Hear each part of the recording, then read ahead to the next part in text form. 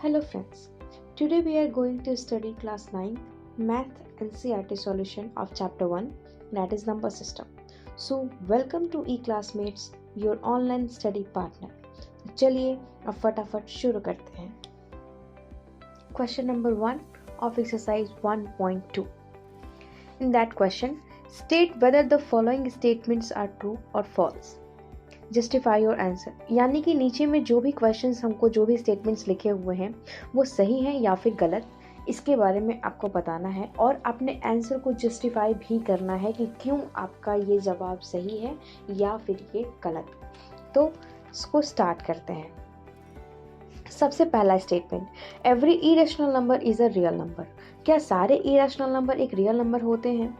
तो जैसा कि फ्रेंड्स हम पिछले लेक्चर में जब हम एक्सरसाइज 1.1 सॉल्व कर रहे थे तो वहाँ पे मैंने बताया था कि रियल नंबर क्या होते हैं. तो real number are those number which are combination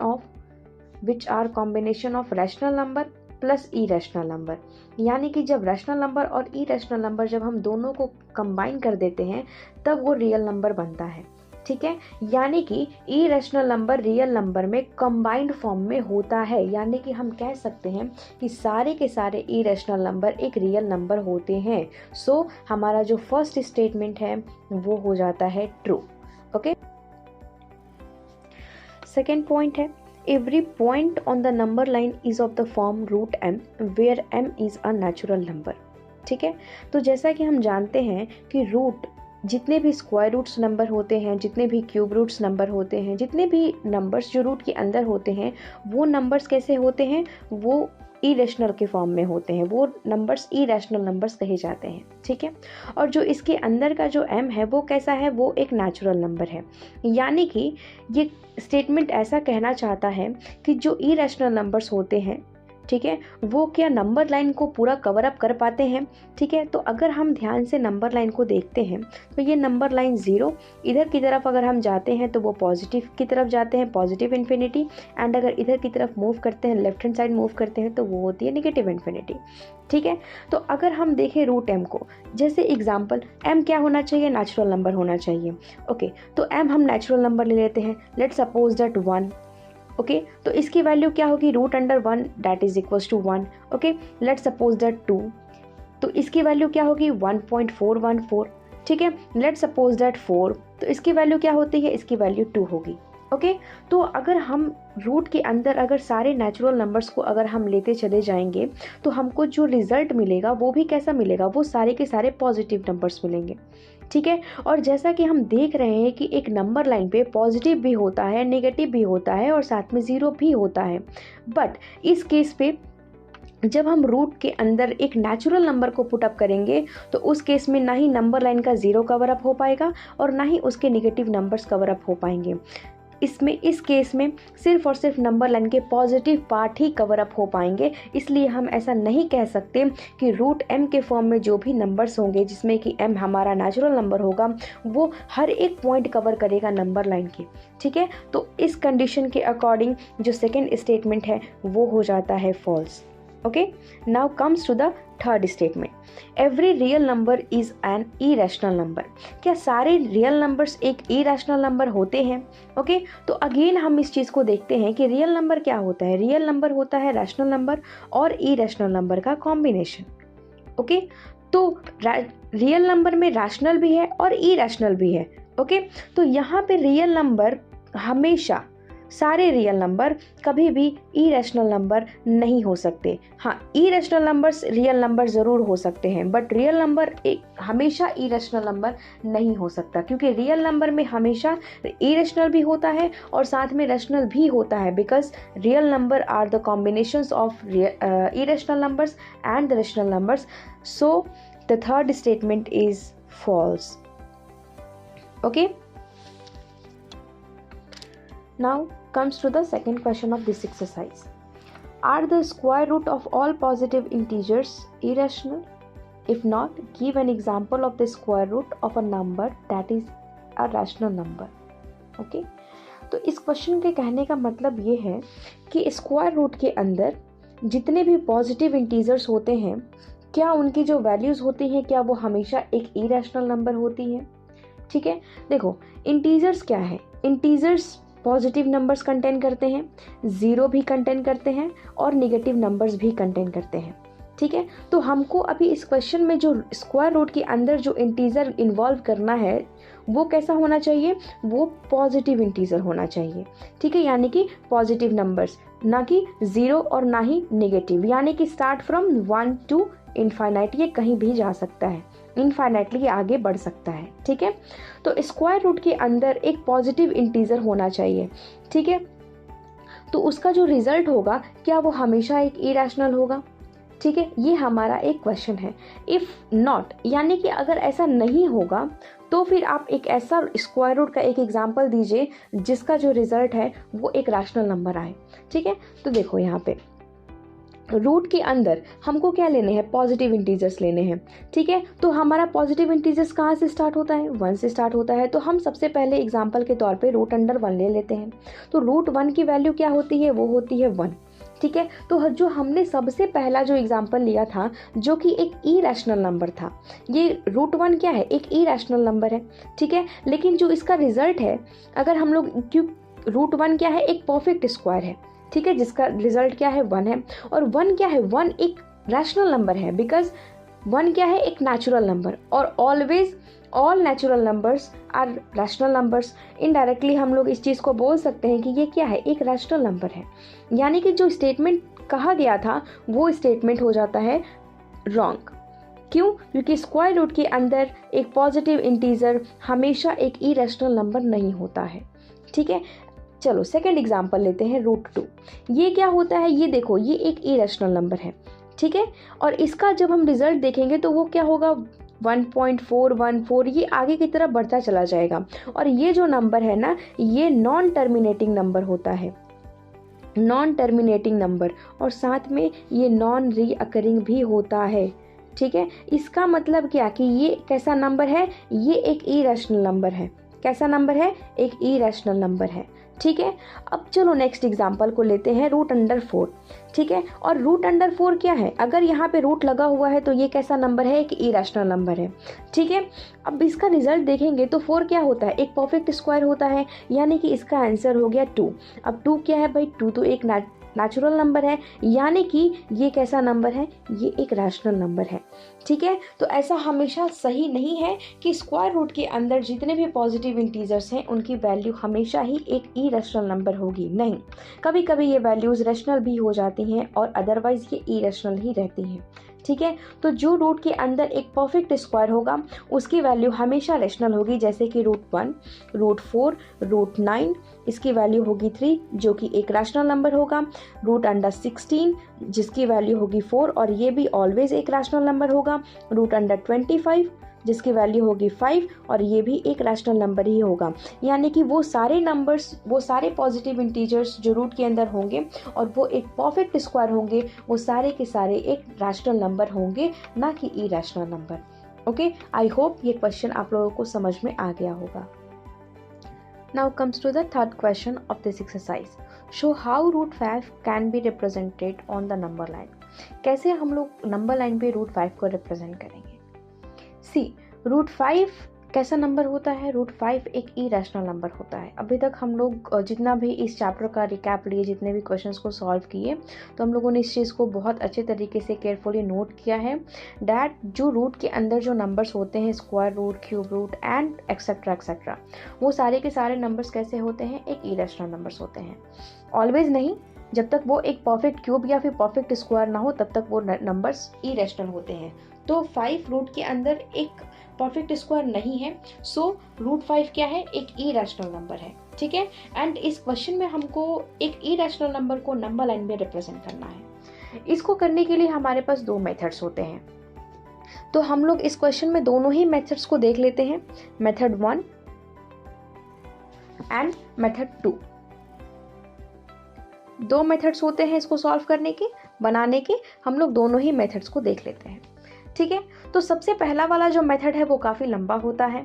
ठीक है, बट ऐसा नहीं है कि बहुत ज़्यादा डिफ़िकल्ट है, इजी है, बट थोड़ा सा लंबा हो जाता है। ठीक है, इस मेथड में हमको सबसे पहले क्या करना पड़ता है, कि एक्स एक्सिस को ड्रॉ करना पड़ता है। ठीक है, तो सबसे पहले हम लोग x डैश ओ एक्स हम एक ड्रॉ कर लेते हैं, ठीक है। उसके बाद हमको क्या करना होता है कि हम इस ओ से, ओ क्या रिप्रेजेंट करता है, ओ ज़ीरो है, ठीक है। जो सेंटर पार्ट होता है नंबर लाइन का वो ज़ीरो है ये, ठीक है। हम ज़ीरो से लेकर के यानी कि ओ से लेकर के 1 यूनिट एक डिस्टेंस मेजर करते हैं। Let suppose that this point is A, यानी कि ओ ए क्या है, O A is equals to 1 unit, O A क्या है, 1 यूनिट है। Now the second step is draw a line perpendicular to O ए।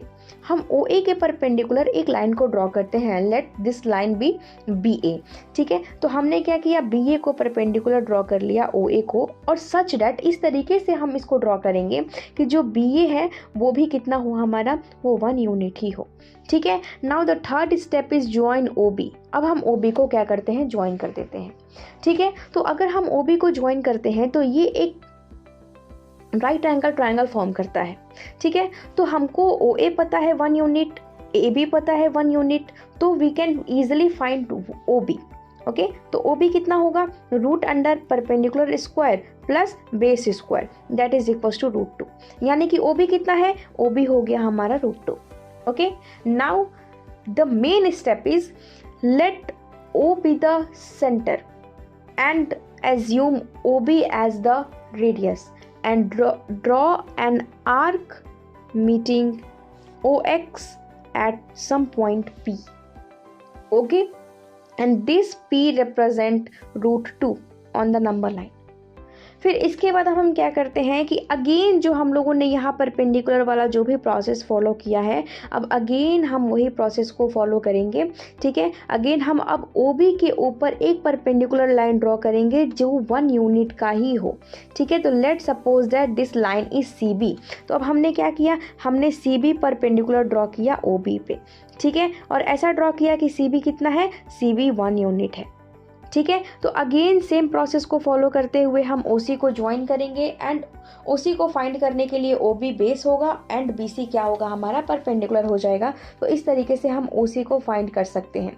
तो OC क्या होगा, रूट 2 का स्क्वायर प्लस यहाँ 1 का square that is equals to 2 + 1 root under that is equals to root 3, यानी कि OC क्या है, OC रूट 3 है। अगेन O को सेंटर मानेंगे, OC को हम क्या मानेंगे, रेडियस, एंड हम यहाँ से OC को रेडियस मान करके एक आर्क को हम यहाँ पे ला करके ड्रॉ करेंगे। Late suppose that this point is Q। तो ये पॉइंट Q किसको रिप्रेजेंट करेगा, रूट 3 को रिप्रेजेंट करेगा, ओके। अब हम अगेन क्या करते हैं, अभी भी हमारा रूट 5 तो आया नहीं है, तो हम अगेन इसी प्रोसेस को बार बार फॉलो करेंगे तब तक जब तक रूट 5 हमारा ड्रॉ ना हो जाए। अगेन हम OC पे एक परपेंडिकुलर लाइन को ड्रॉ करेंगे जो कितना हो, वो 1 यूनिट हो, ठीक है। Let's say this is CD, okay. तो हमने यहाँ पे क्या किया, DC को परपेंडिकुलर ड्रॉ कर लिया OC पे, और ये DC कितना है, ये DC है 1 यूनिट, ओके। अगेन हम OD को ज्वाइन करेंगे एंड फाइंड करेंगे OD कितना है। तो OD कितना होगा, रूट 3 का स्क्वायर प्लस 1 का स्क्वायर। पाइथागोरस थ्योरम तो आई थिंक सबको आता ही होगा, ठीक है। तो अगर हम इसके अकॉर्डिंग देखेंगे तो ये क्या होगा, 3 + 1 that is root 4 and it is equals to 2, ठीक है। तो OD कितना हो गया, OD हो गया 2।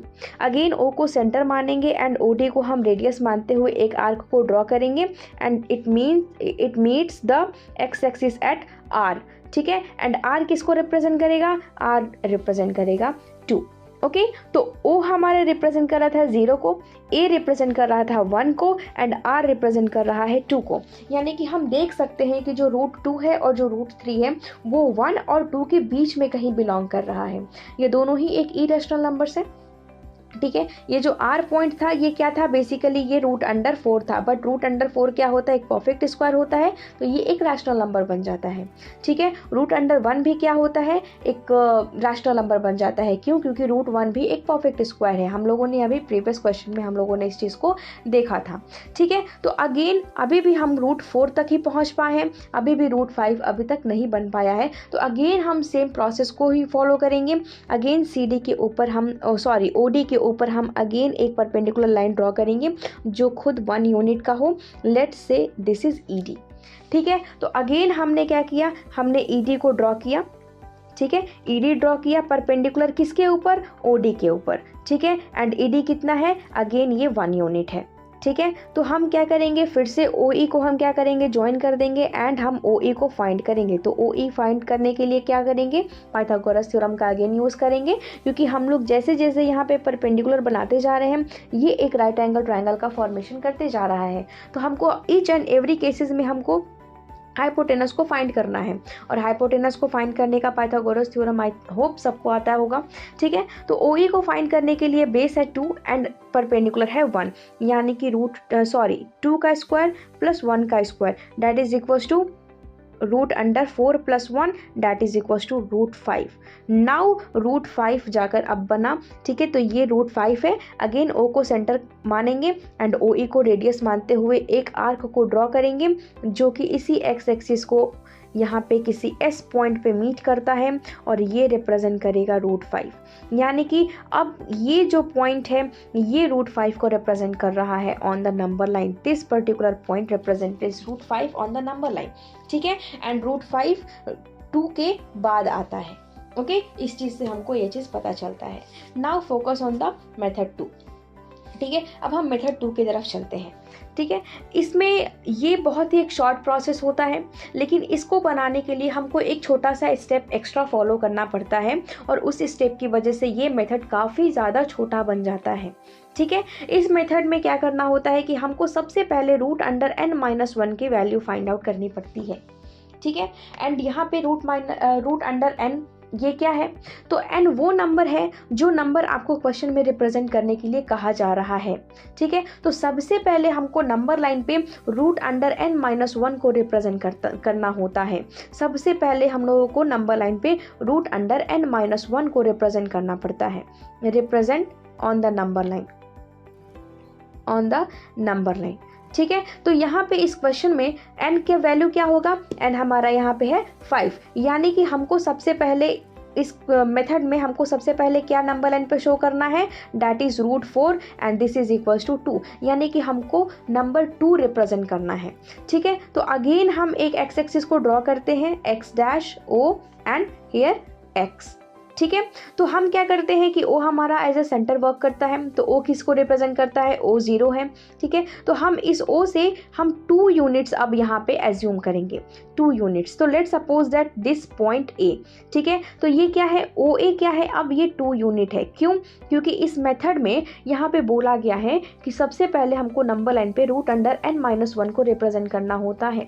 ठीक है। और यहाँ पे हमारा √n-1 की वैल्यू क्या है, 2। तो हम यहाँ पे क्या करेंगे, 0 to 2, क्योंकि A यहाँ पे किसको रिप्रेजेंट कर रहा है, 2 को। तो हमने यहाँ पे OA का 2 यूनिट यहाँ पे हम लोगों ने एज्यूम कर लिया। नाउ अब सेम एज इट इज़ जो स्टेप्स हम लोगों ने मेथड 1 में फॉलो किए थे वही अब हम मेथड 2 में भी फॉलो करेंगे। ओके। तो अगेन हम यहाँ पे एक परपेंडिकुलर लाइन को ड्रॉ करते हैं OA पे। ठीक है। और ये होना चाहिए 1 यूनिट का। ठीक है। तो let's say this is BA। Now BA drawn perpendicular to OA such that BA equals to 1 unit. BA कितना है, BA 1 यूनिट है। ओके। हम फिर से वापस से सेम प्रोसेस फॉलो करेंगे कि हम OB को ज्वाइन करेंगे। ठीक है। तो हमारे पास OA बेस है 2 यूनिट एंड परपेंडिकुलर है 1 यूनिट, तो so we can easily find the hypotenuse OB। तो OB कितना होगा, OB होगा √2 का स्क्वायर प्लस 1 का square is equals to what, this is √4 + 1 that is √5।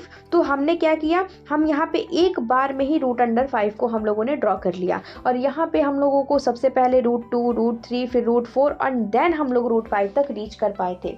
But यहाँ पे हम लोगों ने एट द फर्स्ट स्टेप में ही हम लोगों ने √5 को रीच कर लिया। Now same process, assume O as the centre and OB as the radius and draw an arc meeting x-axis at some point. Let's say this point is P and this represent √5।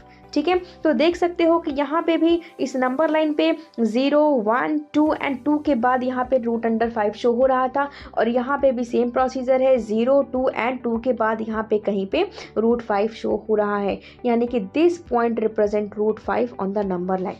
ठीक है। तो जो method easy लगे उसी को follow करो। Okay. ये वाला भी फॉलो कर सकते हो, उसको भी बना सकते हो, जो तुम लोगों को इजी लगता है उसके साथ तुम जा सकते हो। ठीक है। Now comes to the question number 4 and question number 4 जो है वो एक क्लासरूम एक्टिविटी है, तो उसको हम लोग यहाँ पे अभी नहीं कर सकते हैं, ठीक है, तो वो आप लोग खुद अपने स्कूल में परफॉर्म कर लेना, ठीक है। तो इसी के साथ एक्सरसाइज 1.2 भी हमारा एनसीईआरटी मैथ्स खत्म होता है नंबर सिस्टम का। ओके, इसके बाद चलते हैं अपने क्वेश्चन नंबर 4 पे। तो जो क्वेश्चन नंबर 4 है वो एक क्लासरूम एक्टिविटी है, तो उसको हम लोग अभी यहाँ पे नहीं परफॉर्म कर सकते हैं, ठीक है। तो इसी के साथ हमारा एनसीईआरटी का एक्सरसाइज 1.2 भी ख़त्म होता है। इसके सारे क्वेश्चंस इस लेक्चर में कवर अप कर दिए गए हैं, ठीक है। तो अच्छे से पढ़ो, ध्यान से पढ़ो और सारे क्वेश्चंस को कंप्लीट करो। अगर कोई डाउट होता है तो कमेंट सेक्शन में मेंशन करो।